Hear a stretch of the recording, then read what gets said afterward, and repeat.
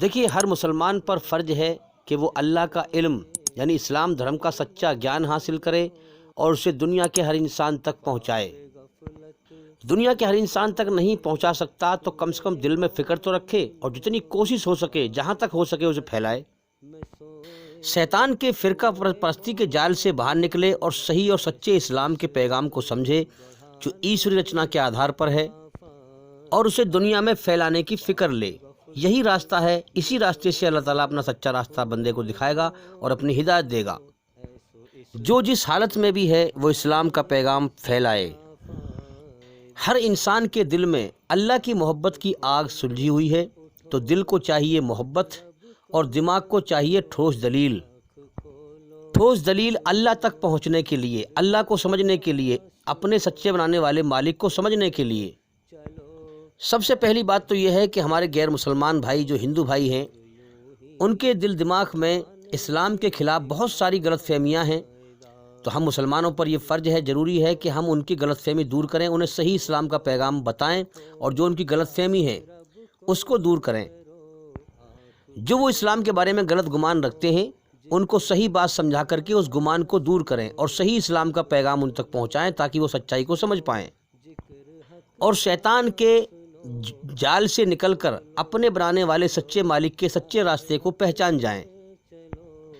جیسے ہمارے ڈاکٹر ذاکر نائک صاحب پوری دنیا میں اسلام کی سچائی بتا رہے ہیں، اسی طرح سے ہر مسلمان کو کھڑا ہونا چاہیے اور اسلام کی سچائی بتانی چاہیے، اور جو لوگوں کو غلط فہمی ہے اسلام کے بارے میں اس کے بارے میں سمجھانا چاہیے۔ سچ بولنا چاہیے، سچ اللہ کا ہے، چاہے برائی کو کتنا ہی کڑوا لگے، چاہے برائی پہ چلنے والوں کو کتنا ہی کڑوا لگے، کیونکہ اصل جیون موت کے بعد ہے۔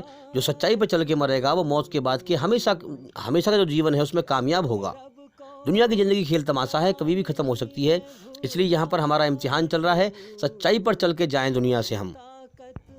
اب جیسے ڈاکٹر ذاکر نائک صاحب سے ایک غیر مسلم نے سوال کیا تھا اور اس طرح کڑوا سوال کیا تھا کہ اس کو سمجھ نہیں تھی کہ تمہارا اللہ ظالم ہے، نعوذ باللہ، ایسا ہو نہیں سکتا۔ اس نے کہا تھا کہ تمہارا اللہ ظالم ہے، اور وہ نعوذ باللہ قرآن میں غلط بات بیان کرتا ہے۔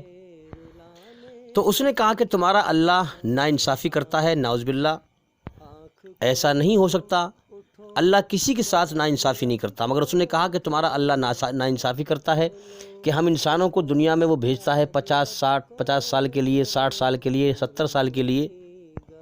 تو اگر کوئی شخص مشرک ہو، اللہ کے ساتھ کسی دوسرے شریک کرنے والا، اللہ کے ساتھ کسی کو حصے دار بنانے والا، اللہ کے علاوہ اوروں کی پوجا کرنے والا، اللہ کے ساتھ شریک کرنے والا، اگر کوئی مشرک ہو اور اس کو جو دنیا میں جیون دیا گیا ہو 60-70 سال کا یا 80 سال کا، تو اس کو مرنے کے بعد بھی سزا 80 سال کی ہی ملنی چاہیے۔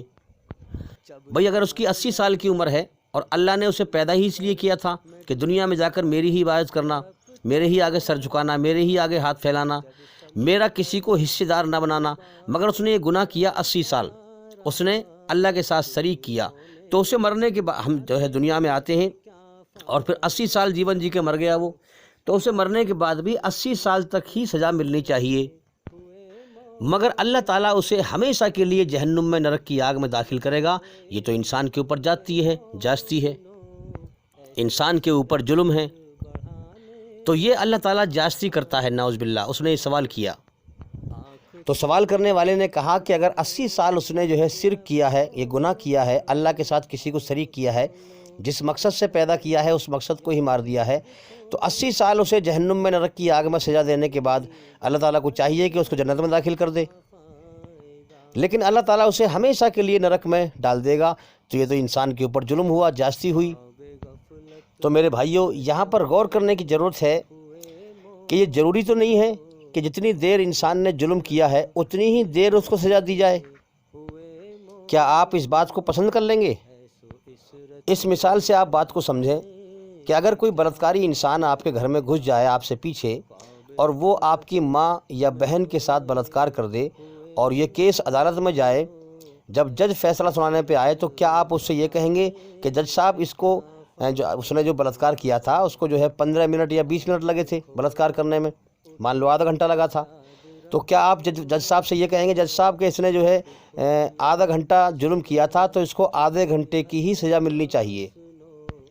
یہ بات آپ کہہ سکتے ہیں؟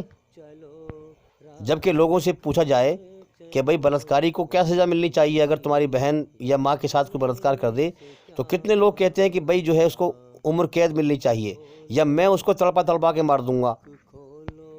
جب اپنی ماں بہن کے ساتھ بلاత్کار ہوتا ہے تو انسان کہتا ہے کہ اس کو میں تڑپا کے ماروں گا، یا عمر قید کی سزا ملنی چاہیے، یا پھانسی لگنی چاہیے۔ اور جب کسی اور کی بہن بیٹی کے ساتھ بلاత్کار ہوتا ہے تو لوگ کہتے ہیں کہ اسلام وحشی مذہب ہے، وحشی دھرم ہے، جنگلی دھرم ہے۔ تو اسلام دھرم میں جو ہے بلاత్کار کی سزا کیا ہے؟ سزائے موت۔ سزا اتنی سخت ہے کہ بلاత్کار کرنے والا بھی اپنے دماغ میں بلاత్کار کرنے سے پہلے 70 بار سوچے گا کہ بیٹا اگر تو نے بلاత్کار کیا اور تو پکڑا گیا تو تجھے سزائے موت ملے گی، تو اتنی بار سوچے گا کہ وہ اس کے دماغ میں سے بلاత్کار کرنے کا خیال نکل جائے گا۔ چوری کی سزا ہاتھ کاٹنا ہے، چوری کی سزا ہاتھ کاٹنا ہے۔ اب اس پہ علماؤں کا اختلاف ہے کہ کوئی کہتا ہے انگلی کاٹ دو، کوئی کہتا ہے 2 انگلی، یا جو ہے الگ الگ اختلاف ہے اس میں۔ تو اب اسلام میں چوری کرنے کی سزا کیا ہے؟ ہاتھ کاٹنا۔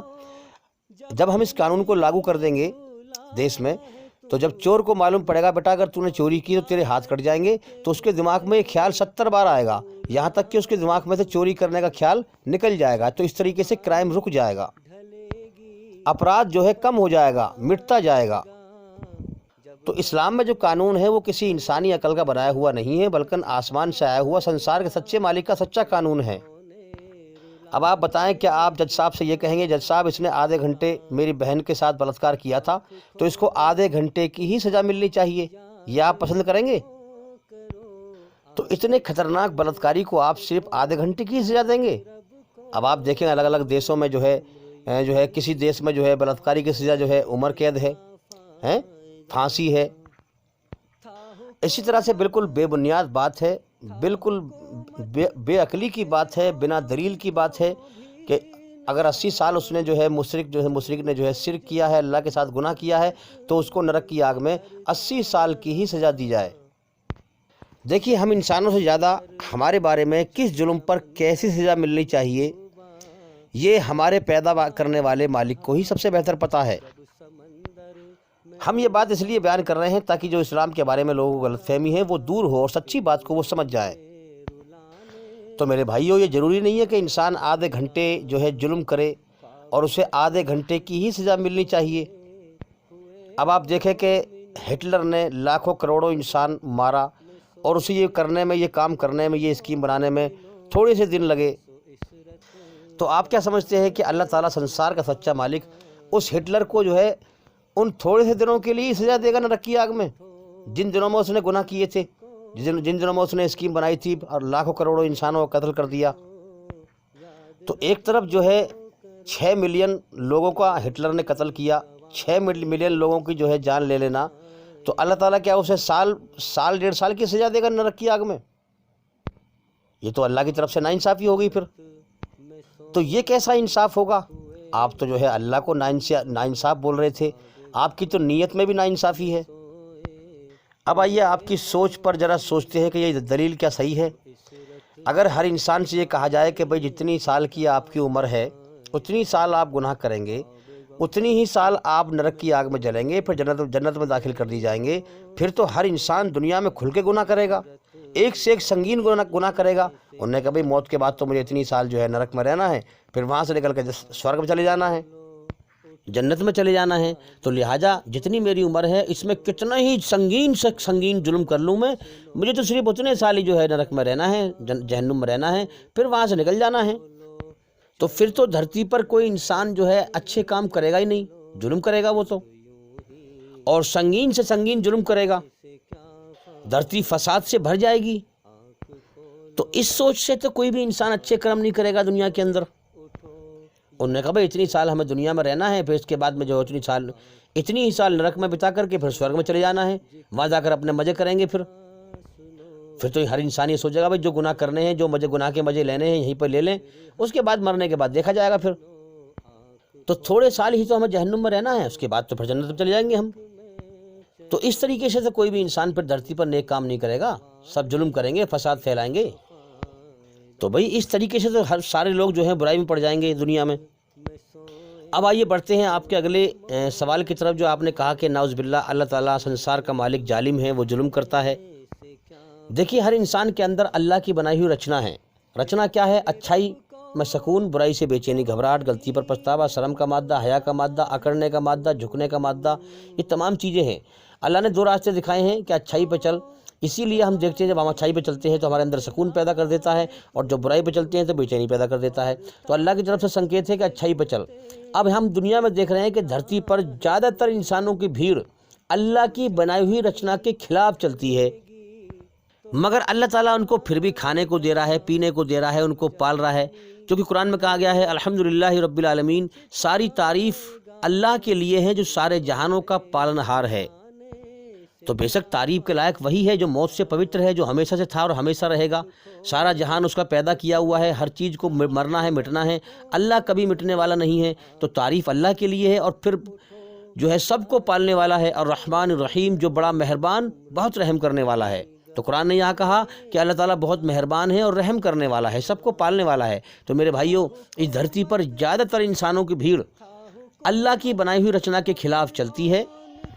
لوگ ظلم کرتے ہیں، ناانصافی کرتے ہیں، برائی پہ چلتے ہیں، لیکن اللہ تعالیٰ پھر بھی ان کو کھانے کو دیتا ہے۔ تو یہ دلیل ہے کہ اللہ تعالیٰ بڑا مہربان، بہت رحم کرنے والا ہے، بڑا کرپالو، بڑا دیاوان ہے۔ تو ہم انسان اللہ کی بنائی ہوئی رچنا کے خلاف چلتے ہیں، اس کے بعد بھی اللہ تعالیٰ ہمارے سانس لینے کے لیے ہوا کو چلاتا ہے، کرم کرنے کے لیے دن کو نکالتا ہے، آرام کرنے کے لیے رات کو کر دیتا ہے، ہمارے کھانے پینے کے لیے زمین میں سے غلے پیدا کرتا ہے۔ تو یہ اللہ کے مہربان ہونے کی دلیل ہے، کرپالو، بڑا دیاوان ہونے کی دلیل ہے۔ تو آپ اللہ کو ظالم کیسے کہہ سکتے ہیں؟ نعوذ باللہ۔ کوئی بھی ذرا سی بھی عقل رکھنے والا انسان اس بات کو سمجھ جائے گا۔ تو کوئی بھی کم سے کم عقل رکھنے والا انسان بھی ایسا سوال نہیں کرے گا، ایسی بات نہیں کہے گا کہ اللہ ظالم ہے۔ ارے آنکھ کھول کر اللہ کی قدرت کو پہچانو کہ تم اس کے حکموں کو کتنے خلاف چل رہے ہو، تم اس کی بنائی ہوئی رچنا کے کتنا جو ہے خلاف چل رہے ہو۔ تمہیں پھر بھی کھانے کو دے رہا ہے، پینے کو دے رہا ہے، ہوا چلاتا ہے سانس لینے کے لیے، ہیں ساری جو سرشٹی چلا رکھی ہے اس نے تمہارے فائدے کے لیے۔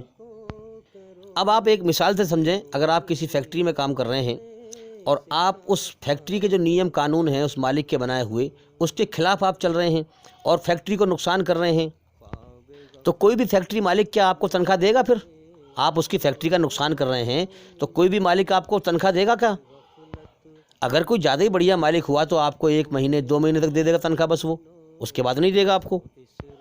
لیکن اللہ تعالیٰ تو انسان کا سچا بنانے والا تو ساری عمر انسان کو کھلاتا پلاتا ہے، جبکہ انسان اللہ کی بنائی ہوئی رچنا کے خلاف چلتا رہتا ہے، گناہ کرتا رہتا ہے، اللہ اسے پھر بھی جو ہے کھلاتا رہتا ہے، پلاتا رہتا ہے، ہواؤں کو چلاتا رہتا ہے سانس لینے کے لیے، دن نکالتا رہتا ہے کرم کرنے کے لیے، رات کر دیتا ہے آرام کرنے کے لیے۔ تو کوئی بھی بڑھیا سے بڑھیا فیکٹری مالک ہو آپ کو جو ہے 1 مہینے 2 مہینے تنخواہ دے دے گا، ساری عمر تو آپ کو نہیں دے گا تنخواہ وہ۔ لیکن ہم ساری عمر اللہ کی بنائی ہوئی رچنا کے خلاف چلتے رہتے ہیں، گناہ کرتے رہتے ہیں، اللہ تعالیٰ ہم سے روزی نہیں چھینتا ہمیں، اور ہم سے جو ہے سانس نہیں چھینتا، ہماری آنکھ نہیں پھوڑتا، کان نہیں پھوڑتا، ہمیں ساری عمر کھلاتا رہتا ہے، پلاتا رہتا ہے۔ تو کیا کوئی ظلم کرنے والا ایسا کرتا ہے کبھی؟ میرے بھائیوں، قرآن سچ کہتا ہے، الرحمن الرحیم، اللہ بڑا مہربان، بہت رحم کرنے والا ہے، بڑا کرپالو، بڑا دیاوان ہے۔ تو یاد رکھیں، جہنم میں، نرک میں اللہ تعالیٰ ہمیشہ ہمیشہ کے لیے ان لوگوں کو رکھے گا جو مشرک ہیں، یعنی اللہ کے ساتھ شریک کرنے والے، اللہ کے علاوہ اس کی پیدا کی ہوئی چیزوں کی پوجا کرنے والے، اس کی پیدا کی ہوئی چیزوں کو اس کے ساتھ شریک بنانے والے، حصے دار بنانے والے۔ اور یہ کام اتنا کٹھن بھی تو نہیں ہے کہ انسان کو جو ہے یہ سمجھنا چاہیے، اور انسان کی انتر آتما ایک مالک کو ہی پکارتی ہے، اپنے اندر جھانک کر زندگی کا راز پالے انسان، کہ ایک مالک کی ہی عبادت کرے اور سمجھے کہ اس ایک مالک نے یہ دنیا بنائی ہے، وہی اس کو چلا رہا ہے، وہی میرا مالک ہے، اسی کی عبادت کرے۔ یہ کام اتنا کٹھن تو نہیں ہے انسان کے لیے، اور اس کے آخری پیغمبر محمد صلی اللہ علیہ وسلم ہیں، یہ ماننا کون سا مشکل کام ہے انسان کے لیے۔ اور اللہ تعالیٰ سچ اور جھوٹ کو جو ہے ہر انسان کو دکھاتا ہے، سمجھا دیتا ہے، اور اس کے بعد بھی نہ مانے، اپنے گھمنڈ میں پڑا رہے ہیں، جس مقصد سے پیدا کیا ہے اس مقصد کو ہی مار دے انسان، اور ساری عمر شرک کرے، اللہ کے ساتھ شریک کرے۔ تو اگر وہ ساری عمر کے لیے مرنے کے بعد نرک میں جائے تو پھر کون سی بڑی بات ہے بھائی؟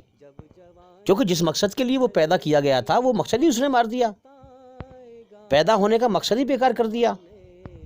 اگر آپ اللہ سے ڈر کر اور ایک مالک کی عبادت کریں ہیں اور اس کے آخری نبی محمد صلی اللہ علیہ وسلم ہیں، یہ بول کر آپ جو ہے کہ ایک لا الہ الا اللہ، ایک اللہ کے سوا کوئی پوجنے کے یوگیہ نہیں ہے، ایک ایشور کے سوا کوئی پوجنے کے یوگیہ نہیں ہے، ایک اللہ کے سوا کوئی معبود نہیں ہے، اور محمد رسول اللہ اس کے آخری پیغمبر ہیں، اگر آپ یہ اللہ سے ڈر کر بولیں گے، اس کے حکم پر چلیں گے، تو اللہ تعالیٰ آپ کو موت کے بعد ہمیشہ ہمیشہ کی نرک کی آگ سے بچا لے گا۔ یہ کون سا کٹھن کام ہے انسان کے لیے؟ تو اس زندگی کے امتحان میں پاس ہونے کے لیے یہ ٹیسٹ تو بہت آسان ہے کہ وہ مرنے سے پہلے پہلے اپنے سچے مالک کی کھوج کرے اور جان لے کہ وہ ایک مالک ہے اس کائنات کا، اور اس کے آخری نبی محمد صلی اللہ علیہ وسلم ہیں۔ اللہ سے ڈر جائے، کلمے کو پڑھے اور اللہ کے حکموں پر چلے، تو اللہ تعالیٰ اسے ہمیشہ کی نرک کی آگ سے بچا لے گا، وہ اس امتحان میں پاس ہو سکتا ہے۔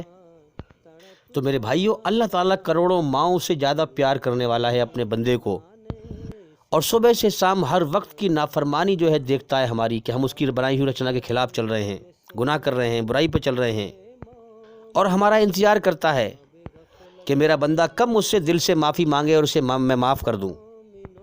جیون کی سچائی پر غور کرے، اس کے سامنے کتنے لوگ مر رہے ہیں، اس کی جان میرے قبضے میں ہے، یہ بھی دنیا سے کبھی بھی مر سکتا ہے۔ حقیقت پر غور کرے اور مجھ سے معافی مانگے تو اللہ معاف کرنے کو تیار ہے۔ تو میرے بھائیوں، کبھی بھی تانا نہیں سنو گے اللہ سے، اب کیوں آئے ہو، پہلے کہاں تھے؟ زندگی کے کسی بھی لمحے میں انسان اللہ سے معافی مانگے تو بے شک اللہ بڑا معاف کرنے والا اور مہربان ہے۔ تو اللہ کا اعلان ہے کہ میرے بندے آؤ تو صحیح، تم مجھے معاف کرنے والا پاؤ گے۔ ہوش میں آ، جیون کی حقیقت کو پہچان، اس دنیا کی حقیقت کو پہچان، اور اس سے پہلے کہ میں تجھے موت دے کر اپنی طرف لوٹاؤں، تو پہلے ہی لوٹ جا میری طرف، آ جا۔